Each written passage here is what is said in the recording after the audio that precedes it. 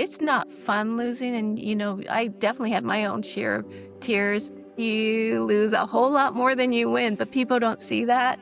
But if you're not okay with losing, you're in the wrong. You're in the wrong. You got to be doing something else. The athletes, whether watching the Olympics or, they're giving it their all, and there's only room for one person to get gold medal, one person gets silver, and the majority of them don't get any medals. You constantly learn from it to be better. So you almost can't be as successful as you can without failing along the way too.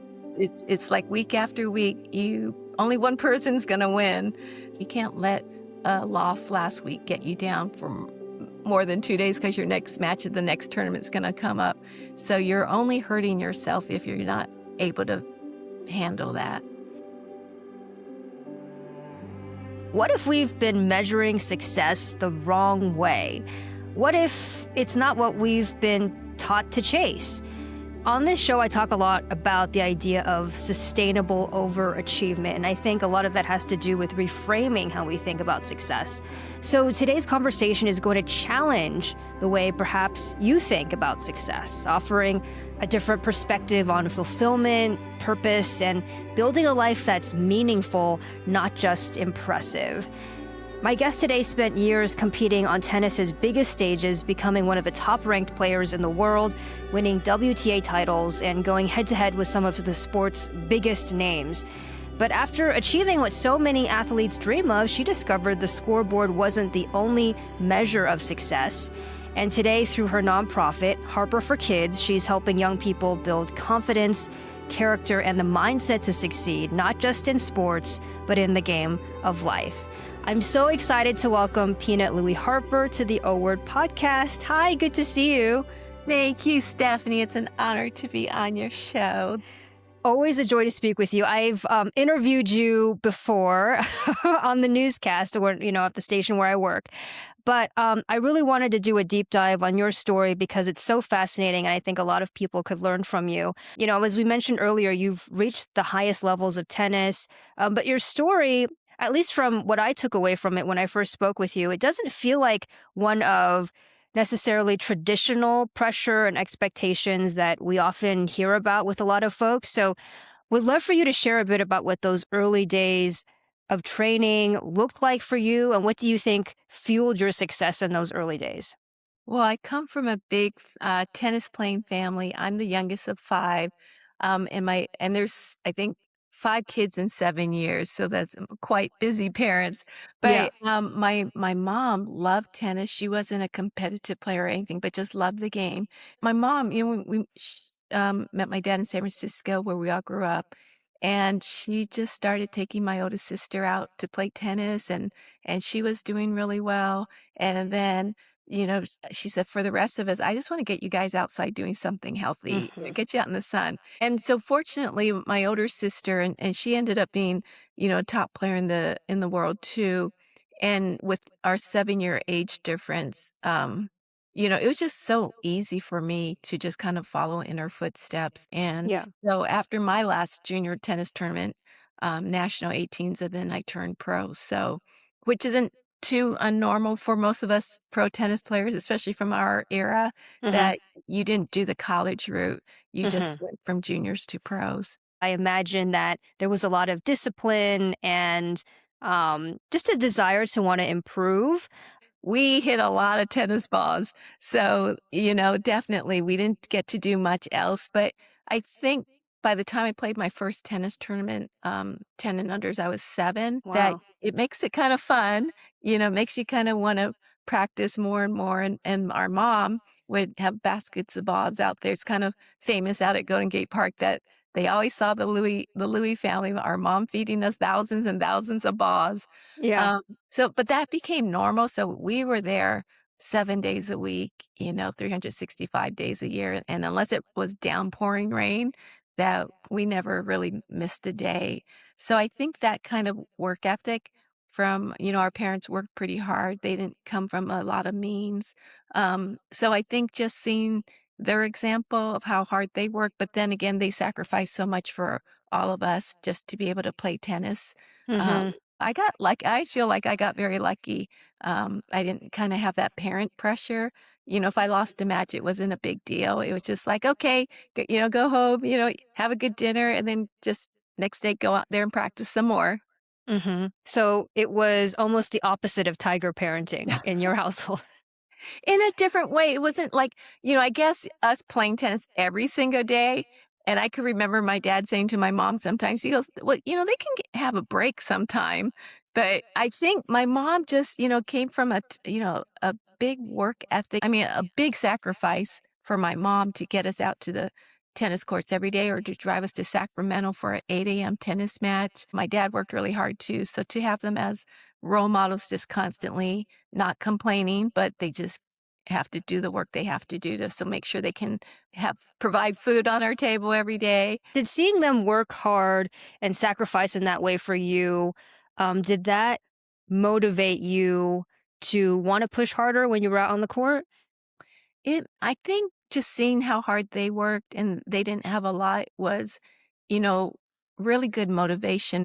There's no kind of fooling around or just kinda not giving trying your best. It really makes it easy to kinda keep wanting to work hard and practice things, like, a lot of repetition.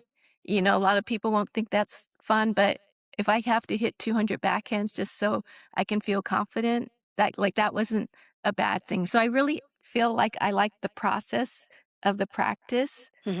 A lot of overachievers tend to struggle with the feeling like they're never doing enough. Did you ever feel that way in your own tennis journey, and how did you navigate that?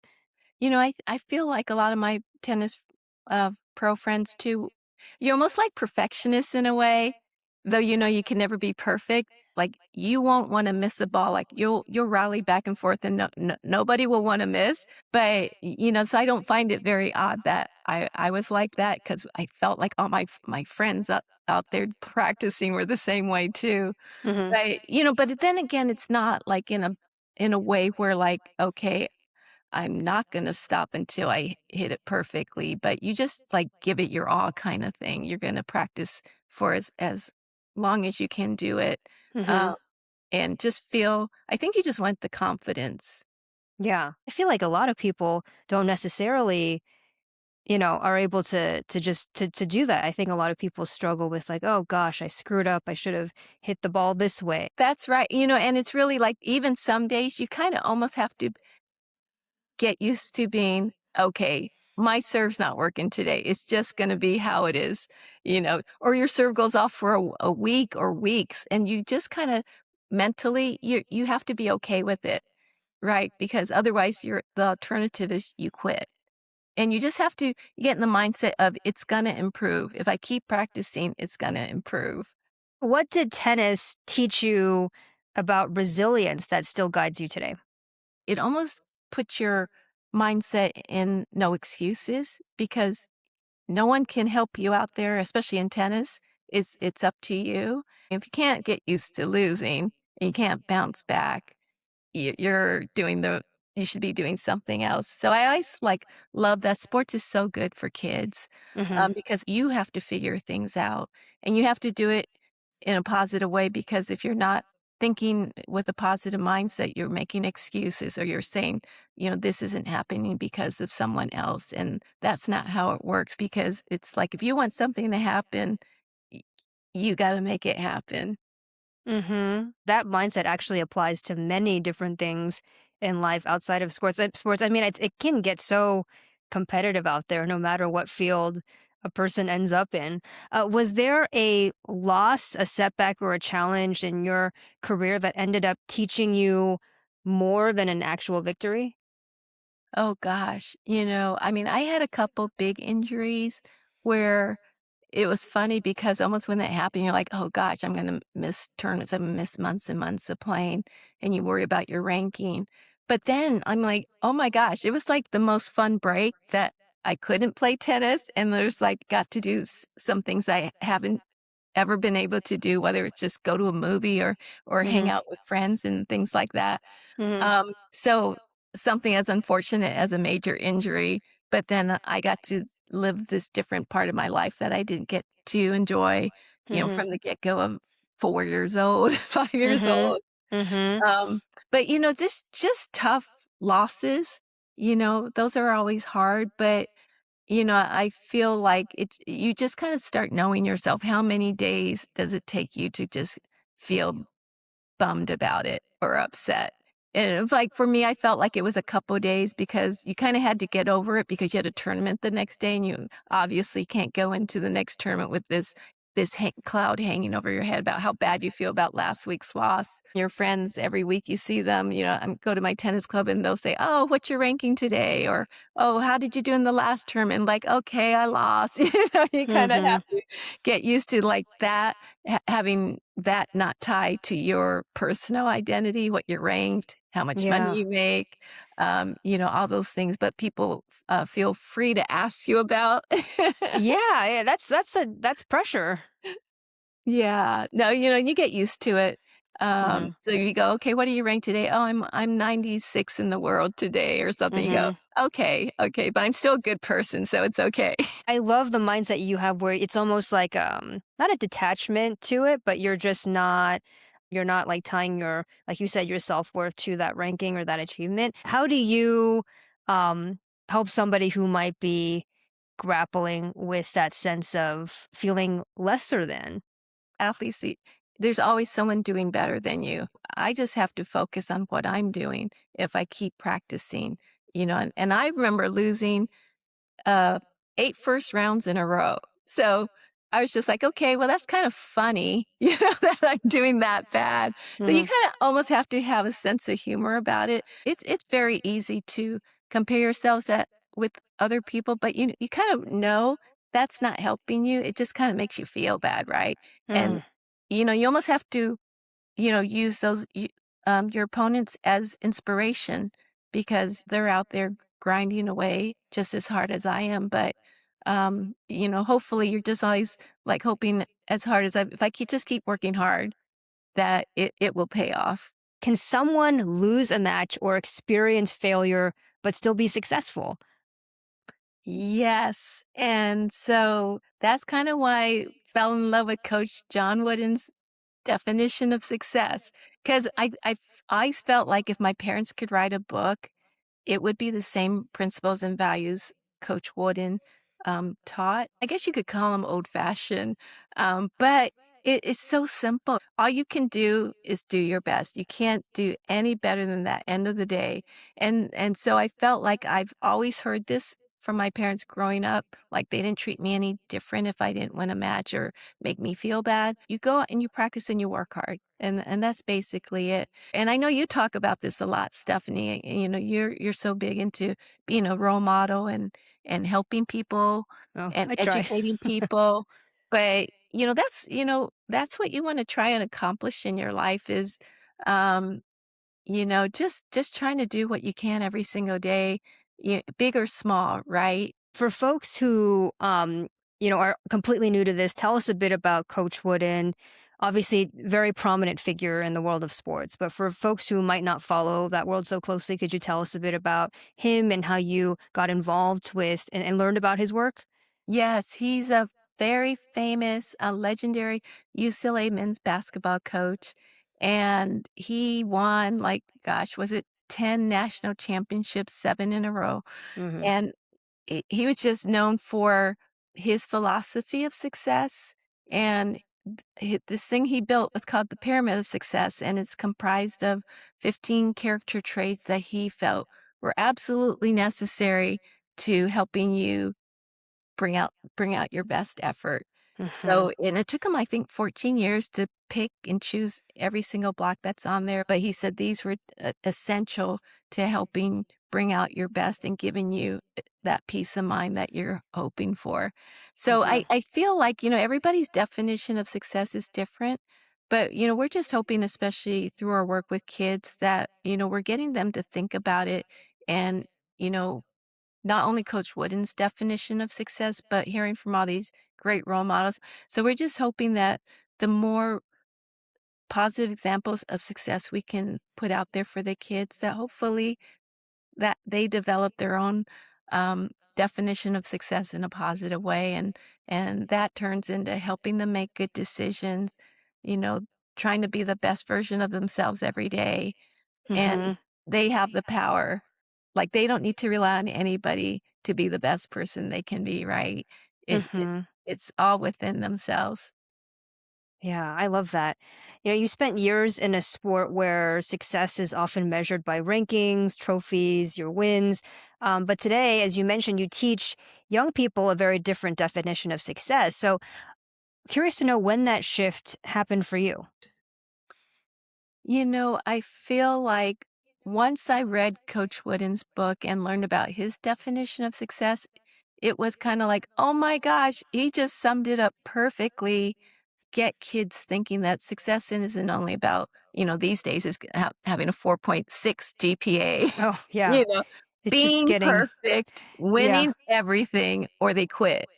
And, we're just hoping that this helps kids be able to save them some tears when they don't get the results they want, to be able to, you know, go through challenges and Hmm. know that failure is okay.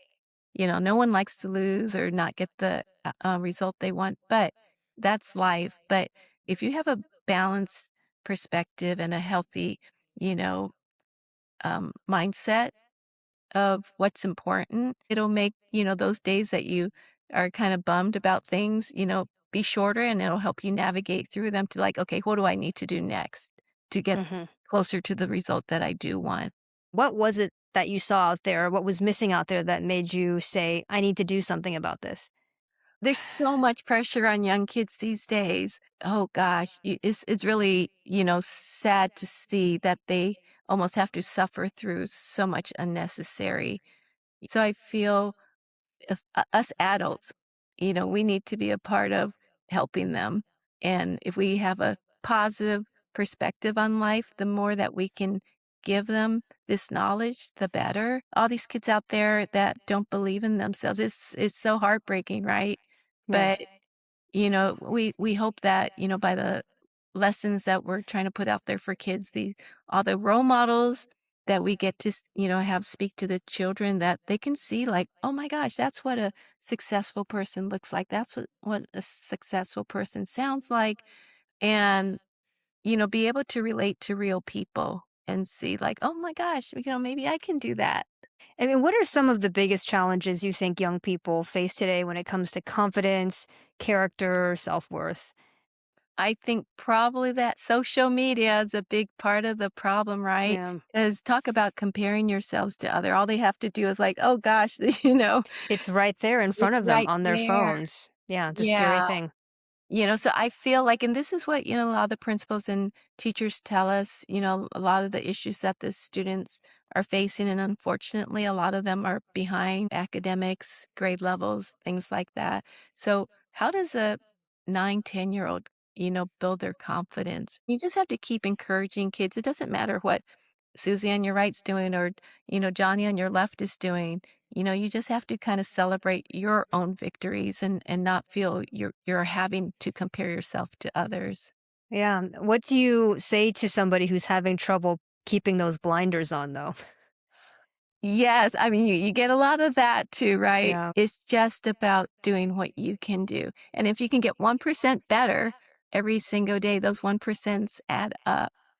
I think there definitely is value to getting these kids to think about success in a healthier way, like earlier on, because that will translate as they become older, and they'll, I think, be able to handle, I think, pressure and be a lot more resilient as they get older. Versus, I think many adults out there now are, they're grappling with kind of very unhealthy notions of what it means to be successful. They have a very twisted idea about it. A lot of self worth is tied into all of that. How do you help somebody who believes that their value is only tied to winning and constant achievement? None of us are guaranteed tomorrow, right? So, like, you just have today to live. You want to make the best of it. What fulfills you, that's lasting. And I think if people just stop to think about, like, what's really important. Money's nice and, having a great job's nice and everything, but what really brings you that fulfillment? And I think if people just stop to think about Yeah, yeah, this is what is really important to me. And, we kind of talk to this about this with the students, even though they're young, but it's almost like helping them develop their own philosophy of success because that's going to help them with the decisions they're going to make for themselves, the person they want to be, and stay true to it, right? Going back to, your nonprofit, tell us a little bit about how it works. How does that whole operation? Well, we work with about 50 schools, primarily elementary, some middle schools too, mostly in California. And our program is free. It's a character education program that teaches the kids about Coach Wooden's philosophy of success and his pyramid of success. And the schools use it so there's 15 blocks, and they typically break up the traits. They focus on 1 or 2 traits per month. So September might be hard work and enthusiasm, and then October will be friendship. And so by the end of May, the students will have covered all 15 blocks, and the top one's personal best. And so it's neat when we can hear the teachers and the principals saying, "Gosh, that has really helped our culture," because we just keep reminding the students, you're doing the best that you can, and that's great. And Yeah. so, yes, we are trying to help the students think of a positive way to define success for themselves, but we're also wanting them to think of a positive way to define failing. It's not this Mhm. bad, horrible thing. You constantly learn from it to be better. So you almost can't be as successful as you can without failing along the way too. Yeah, that's such an important lesson that I even personally wish I learned earlier on in my life. I think like going through the reps of falling and failing over and over again, it really helps a person develop like resilience. And it almost is when you normalize failure, you're like, oh yeah, that's just everyone goes through it. Everybody, all athletes, right? They can say, "Okay, you lose a whole lot more than you win," but people don't see that. Mm. Um, but if you're not okay with losing, you're in the wrong. You're in the wrong. You got to be doing something else. It's like week after week, you only one person's gonna win.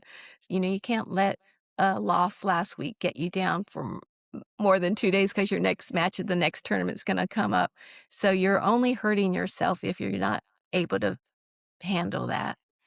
Yeah, yeah. I think you may have seen this too. I think Roger Federer gave a commencement speech where he talked about this idea. Like he's lost actually, he's like barely won over half of the matches he's played. Have you seen that clip? I've watched it a few times. I mean, he's such an icon, and Rafa Nadal too. I just watched his documentary and talk about what the sacrifices and injuries that he had to come through. It just makes you admire him even more. No excuses. Mm-hmm. Yeah, he owns it. Yeah.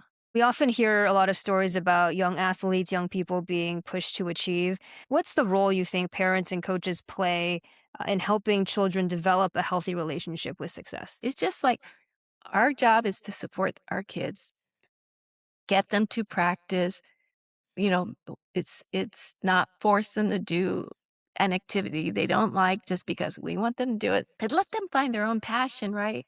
Mm, Because we've had our lives, you gotta let them live their lives, but within that, what can we do to help support them? mm-hmm, Can we give them a ride to something? Can we pick them up? Can we pack their lunch? Can we go to their game and, cheer them on? mm-hmm, Just so many ways where parents, I feel you get into trouble when you think it's how your child does affects you, you mm, know, yeah, and it somehow gets a little out of balance, like, "Okay, who is this really for? What is your child doing it because it's helping me as a parent in some way? Is it, well, I want my child to be a pro tennis player?" I feel like if the child, this is like something they wanna do, they're driven, they enjoy what they're doing, then yes, I say there's a good push, but, I feel like they get in trouble when, they're pushing their child and their child actually doesn't wanna do the sport or their activity, and you mm-hmm, get this burnout. They can't sustain it yeah. forever. And the child may be feeling resentful Yeah. too, or Yeah. just not wanting to be around the parent anymore, which is Yeah. heartbreaking You thing. you see that so much, and you're just like, wait a minute, didn't you have your life? Isn't it this is to let your children have their own lives. So, just trying to support them at, whatever they need, however we can help them. How can adults encourage excellence without creating additional pressure or a You know tremendous amount of pressure? I think for, just speaking personally with my own kids, kind of not making the decision for them. They're smart and you want them to be able to make their own decisions. Read the room, try and read the room with your own kids Hmm. and see if they want some advice or they just want to vent about something. It's really hard to do, but you try to do the best that you can. And you just want your kids to be safe and know that, you support them no matter what. And what do you wish more people understood about developing confidence and resilience, whether it's with themselves or children in their lives? I would say to be okay with failing. The only person that's gonna help me out of this is myself. So let me think about, can I read 10 more minutes a day? Can I practice writing my spelling words? And just being okay with not being perfect, but then just keep putting in the work. Every day, look for little improvements and not be so hard on yourself if you don't reach your goals. Mhm. Mhm. It's the consistency that will Yes. pay off in the long run. Just Yeah. gotta believe in that process. What do you know now about success and achievement that you wish that you knew when you were younger? It's not fun losing, and, I definitely had my own share of tears. The athletes, whether watching the Olympics or, they're giving it their all, and there's, you know, only room for one person to get gold medal, one person gets silver, and the majority of them don't get any medals, but we should still celebrate all of them, right? Mhm. Um, I just hope, for young kids to have their dreams, have their big goals, and just make their plan to be just about every single day. Am I working hard? Am I giving my best effort? And then being okay with it. Like that's my roadmap. Every day I'm gonna try and give my best effort. Even when Yeah. on days that I don't feel great. I'm just gonna give as much as I can that day. Because that little habit over time, that just becomes your mindset. Mhm. Yeah, and then one day they'll look back like, "Wow, I've come pretty far. Look at what I did." But mainly, it's to kind of pursue what makes you happy, right? And we talk about this a lot. That's priceless, right? Do things in life that you enjoy, whether it's, just spending some time with your friends or cooking or your ballroom dancing, just things. Your life is so short, right? What do you know now that you wish every young person understood? I would say that just to think about what their definition of success is. We're asking first graders what their definition of success is. And you'd be surprised. They nail it. Mhm. You What do they know, say? they say, trying my best, and you go, that's it. You Mhm. wish adults got it as quick as little 6, 7-year olds sometimes. Yeah. But they don't have all the things, in life that are chipping away Yeah. at all that goodness and positivity that young kids have. Mhm. But yeah, just going in with the mindset that, every day, you know, and this is what you want as parents too, right? You just want your kids to be the best person they can be. What is one lesson from your tennis career that applies to anyone who is going after a big dream? Practice. Practice, practice, practice. Yes. I mean, I do look back now, it would have been okay if I took off a Sunday, Mhm. but just practice, practice, but with a good mentality, a positive mindset, Mhm. and liking the hard work Hmm. and being okay with sacrifices, Mhm. because it takes a lot of sacrifices, and never give up, right? Anything's possible. I mean, my mom grew up on a farm. Who would have thought that she would have, um, 5 kids that did well in tennis and 2 turn pro? After everything you have achieved, Peanut, how do you define success today? But just doing the best you can every day. If you can have peace of mind every day, I think you like walk through life lighter, Mm-hmm. happier. There's so much connected to peace of mind, which is so hard to achieve some days, right? Mm-hmm. But, there's so many ways also you can turn your day around and find something good to appreciate that happen, or your health, right? Things like that are priceless. Peanut Louie Harper, you are amazing. Thank you so much You're for amazing, your time Stephanie. today. For those listening and who, are interested in learning more about Peanut's incredible work, definitely look up her nonprofit, Harper for Kids. And you can follow us at the O Word Podcast, at O Word Podcast on social media. And share this episode with a friend if you thought it was helpful. Thanks so much for listening. Have a great day.